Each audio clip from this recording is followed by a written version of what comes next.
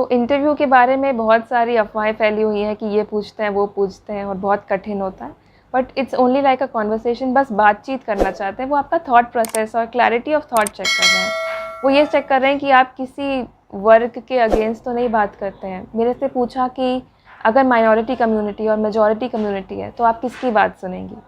मैंने कहा सबकी बात सबसे ज़्यादा इम्पॉर्टेंट है, कोई भी अलग नहीं है, सब बराबर है इस देश में।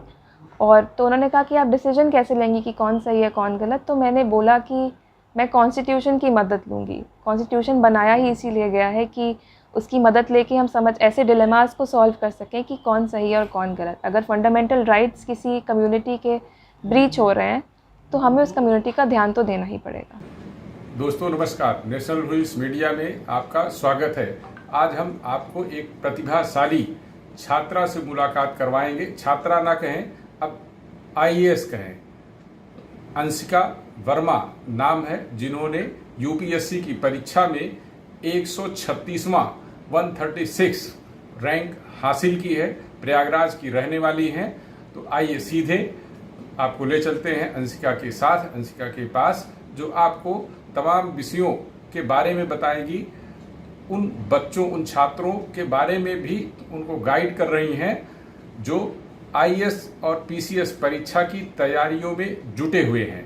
गौर से सुनिए, संभव है कि प्रतिभाशाली अंशिका की बातें तमाम प्रतियोगी परीक्षाओं के काम आए। चलिए जुड़ते हैं अंशिका के साथ। अंशिका, आपका आईएएस में सिलेक्शन हुआ जी। आपको नेशनल वॉइस मीडिया की तरफ से बहुत बहुत बधाई। Thank you so much. सबसे पहले तो आप ये बता दें कि आपकी रैंकिंग कौन सी आई है और क्या आपने सब्जेक्ट चुना था? जी, मैं अपना ब्रीफ इंट्रोडक्शन देना चाहूँगी। पहले मेरा नाम अंशिका वर्मा है। मैंने 10वीं और 12वीं की परीक्षा की क्लासेस एसएमसी इलाहाबाद से की है। उसके बाद मैंने बीटेक किया इलेक्ट्रॉनिक्स एंड कम्युनिकेशन से गलगोटिया कॉलेज नोएडा से। 2018 में मेरी बीटेक कंप्लीट हुई। उसके बाद मैं सिविल सेवा की परीक्षा की तैयारी में लग गई और 2 साल की तैयारी के बाद मैंने एग्ज़ाम दिया। 2020 वाला एग्ज़ाम मेरा निकल गया, क्लियर हो गया है और उसमें मेरी 136 रैंक आई है ऑल इंडिया। और जी हाँ, और मेरा ऑप्शनल सब्जेक्ट एंथ्रोपोलॉजी था। और ठीक है,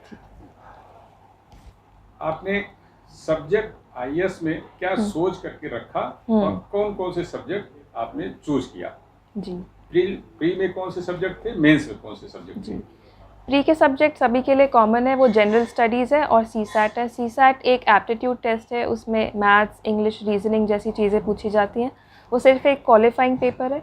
जो जनरल स्टडीज़ का पेपर है उसमें history, geography, polity, environment, economics, wide ranging topics पूछे जाते हैं और करंट अफेयर्स का उसमें बहुत ज़्यादा बड़ा रोल होता है। तो ये चीज़ें हैं जो मुझे प्रिपेयर करनी पड़ी, या किसी भी एस्पायरेंट को इन चीज़ों का मेन ध्यान रखना चाहिए जब वो प्रीलिम्स की तैयारी कर रहे हो। प्रीलिम्स और मेंस का पैटर्न कम्प्लीटली डिफरेंट है। दोनों एग्ज़ाम्स के लिए अप्रोच भी डिफरेंट ज़रूरी होती है। प्रीलिम्स एमसीक्यू बेस्ड एग्ज़ाम है, जहाँ की मेंस में हमें आंसर्स लिखने होते हैं। तो उसमें जनरल स्टडीज़ जनरल स्टडीज़ के 4 पेपर होते हैं, GS 1, 2, 3, 4 और उसके साथ साथ ऑप्शनल के भी 2 पेपर होते हैं और साथ में 2 कंपलसरी पेपर्स होते हैं, हिंदी और इंग्लिश के, और एक ऐसे का पेपर होता है।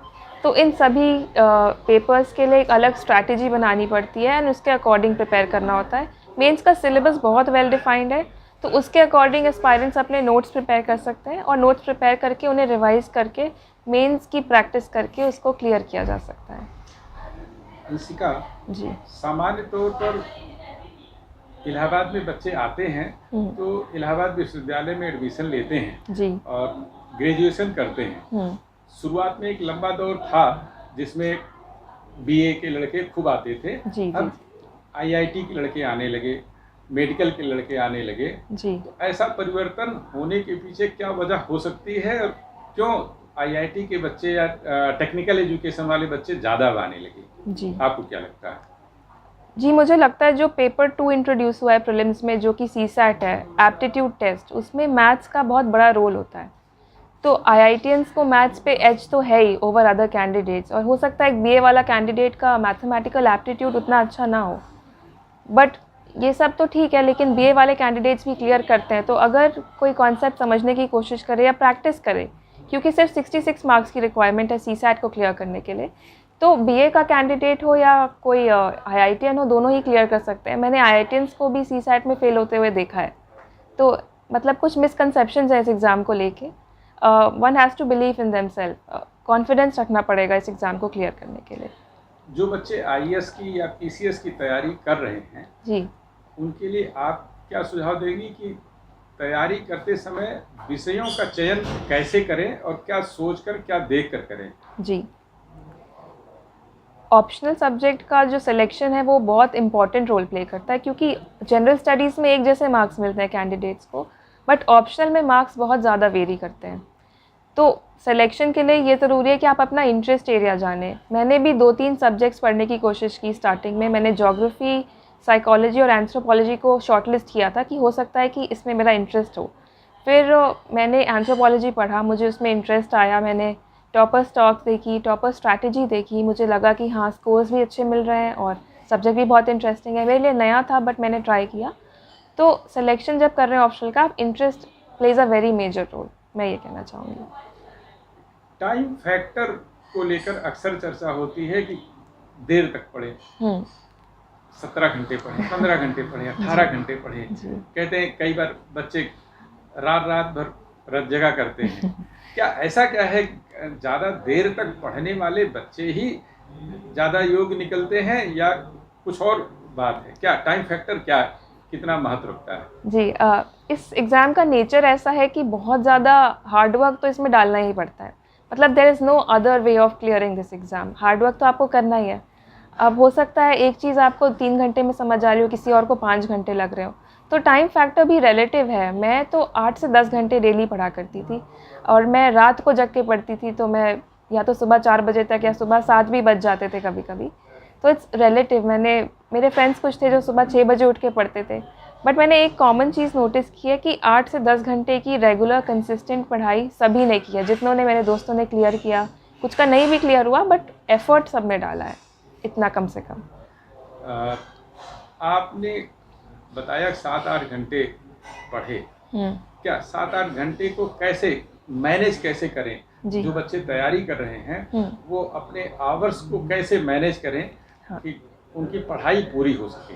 जी, तो दिन को प्लान रखें, पहले से प्लान रखें, और दिन को डिवाइड कर सकते हैं वो 2-3 पोर्शंस में, क्योंकि एक ही सब्जेक्ट पूरे दिन पढ़ेंगे बोरिंग हो जाएगा और हो सकता है प्रोडक्टिविटी भी कम हो जाए।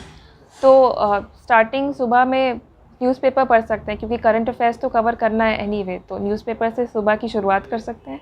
और उसके बाद जीएस को कुछ टाइम दे सकते हैं। मैं 2-3 घंटे या 3-4 घंटे जीएस को देती ही थी। जीएस के सब्जेक्ट्स जैसे हिस्ट्री है, इकोनॉमिक्स है, इन सब को पढ़ती थी। और जब ऑप्शनल पढ़ रही होती थी तो उसको भी कम से कम 3-4 घंटे देती थी। तो एक ब्रेकअप कर लें पूरे दिन को एंड वाइडली डिसाइड कर लें कि किस सब्जेक्ट में ज़्यादा टाइम लगेगा। ऑप्शनल में ज़्यादा टाइम लगता है क्योंकि उसका कोर्स लेंथी है, तो उसको ज़्यादा टाइम देना पड़ता है मोस्टली। आप किस सेक्टर को चुनना चाहेंगी आईएएस में जाने के बाद? जी, क्या इच्छा क्या है, किस सेक्टर में जाने की इच्छा है, क्या करना चाहती हैं, किस क्षेत्र में क्या करने की इच्छा है? हाँ, एक चीज़ जो मुझे बहुत ज़्यादा वो कंसर्न करती है वो है women's education, education in general and women's education in particular. क्योंकि हम देख रहे हैं कि लिटरेसी रेट बहुत वेरी करते हैं लड़कों और लड़कियों के बीच में, और लड़कियों की शादी हो जाती है या स्कूल ड्रॉप आउट रेट लड़कियों में बहुत ज़्यादा है। तो ये जो ड्रॉप आउट रेट्स हैं, अगर मैं कहीं की प्रशासनिक अधिकारी बनती हूँ और मेरे पावर के विदिन ये होता है, तो मैं उसको चेक करूँगी कि लड़कियाँ ड्रॉप आउट क्यों कर रही हैं, और यदि वो ड्रॉप आउट कर रही हैं उसका रीज़न पता करके उनको वापस स्कूल में डाल के उनको इंस्पायर करना, उनको मोटिवेट करना, आई थिंक वो बहुत ज़रूरी है। कोचिंग का कितना अहम रोल होता है इस सिलेक्शन में? जी, कोचिंग का role I think it is important, क्योंकि कोचिंग एक डायरेक्शन और एक गाइडेंस प्रोवाइड करती है। मैंने भी ISI इलाहाबाद में वहाँ पे 5-6 महीने का कोर्स किया था। तो जीएस के कुछ सब्जेक्ट जैसे इकोनॉमिक्स, मैंने इंजीनियरिंग की है तो मुझे इकोनॉमिक्स का उतना आइडिया नहीं था, बट वहाँ 1 महीने की क्लास की मैंने इकोनॉमिक्स की, मुझे सब्जेक्ट में काफ़ी क्लैरिटी आ गई। तो जब फाउंडेशन स्ट्रॉन्ग हो जाता है तो आप उस पर बिल्ड कर सकते हो। उसके बाद मैंने खुद पढ़ाई की। तो कोचिंग एक डायरेक्शन और गाइडेंस डेफिनेटली प्रोवाइड कर सकती है, बट कई लोग हैं जो बिना कोचिंग के भी निकालते हैं, क्योंकि आजकल online material, online guidance available है। तो मैं यही कहूँगी कि अपना you can take your own decision. हो सकता है आपको बिना गाइडेंस के भी क्लैरिटी मिल जाए, हो सकता है आपको गाइडेंस के लिए क्लैरिटी की ज़रूरत है। इंटरव्यू, जो तमाम बच्चे हैं इंटरव्यू से बहुत घबराते हैं जी, जाने में नर्वस हो जाते हैं, फेस करने में नर्वस होते हैं, उनके लिए क्या कहना चाहते हैं और किस किस्म के सवाल पूछे गए थे? कुछ 1, 2, 3 उदाहरणों के जरिए थोड़ा सा बताने की कोशिश करिए। जी।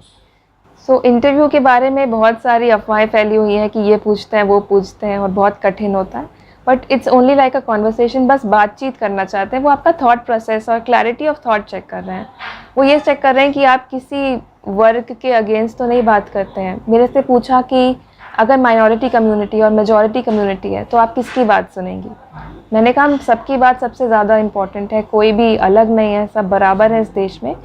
और तो उन्होंने कहा कि आप डिसीजन कैसे लेंगी कि कौन सही है कौन गलत? तो मैंने बोला कि मैं कॉन्स्टिट्यूशन की मदद लूँगी। कॉन्स्टिट्यूशन बनाया ही इसीलिए गया है कि उसकी मदद लेके हम ऐसे डिलेमास को सॉल्व कर सकें कि कौन सही है और कौन गलत। अगर फंडामेंटल राइट्स किसी कम्युनिटी के ब्रीच हो रहे हैं तो हमें उस कम्युनिटी का ध्यान तो देना ही पड़ेगा। तो ये मेरा आंसर था, ये क्वेश्चन था।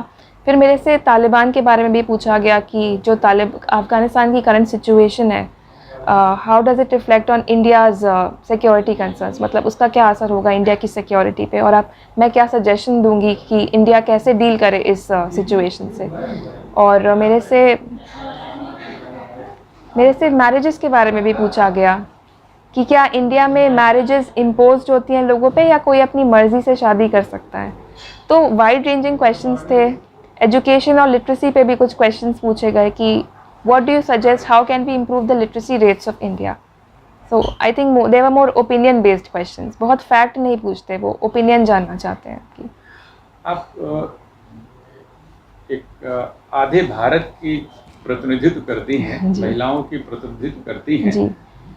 महिला अधिकारों को लेकर भी कई बार तमाम बातें उठती रहती हैं जी। मान लीजिए आपको कहीं फील्ड में तैनाती मिली बतौर अफसर जी, कैसे आगे का रुख तय करेंगी?